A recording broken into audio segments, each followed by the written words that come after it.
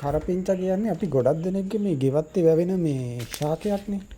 අපි ඒ වගේම තමයි අපි එදිනෙදා කෑමටත් අපි ඕන කෙනෙක් මේ කරපිංචා යොදා ගන්නවා.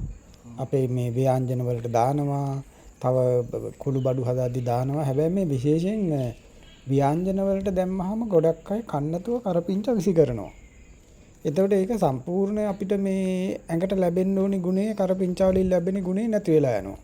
විශේෂ දෙයක් තමයි කරපිංචා කියන්නේ කොලෙස්ටරෝල් තියෙනවා. දැන් බර වැඩි කට්ටියට ගොඩක් වෙලාවට කොලෙස්ටරෝල් තියෙනවා. මේ ඇඟේ සීනි මට්ටම වැඩි. ඉතින් මේ හැම දෙයකම මේ කරපිංචා ගොඩාක් හොඳ දෙයක්. ඒක නිසා සාමාන්‍යයෙන් කෑම පිඟානින් කරපිංචා විසි කරන්න එපා. ඔයාලට පුළුවන් කෑම එක්කලා කරපිංචාත් ආහාරයට ගන්න. ඒ වගේම තමයි කැඳ වර්ග වලටත් කරපිංචා ඔයාලට ගොඩක් යොදා ගන්න පුළුවන්. සම්පූර්ණයෙන් කරපිංචාම කැඳ ගන්නවට වඩා ඔයාලට පුළුවන් වෙන කැඳ වර්ග වලට කරපිංචා යොදා ගන්න. ඒ වගේම ඒක විසි නොකර ඔයා ඒක ආහාරයට ගන්නවා නම් ඔයාගේ කොලෙස්ටරෝල් තත්ත්වය පාලනය කරගන්න, රුධිරයේ සීනි මට්ටම පාලනය කරගන්න මේ කරපිංචා ඔයාලට ගොඩාක් හොඳ උදව්වක් වෙනවා.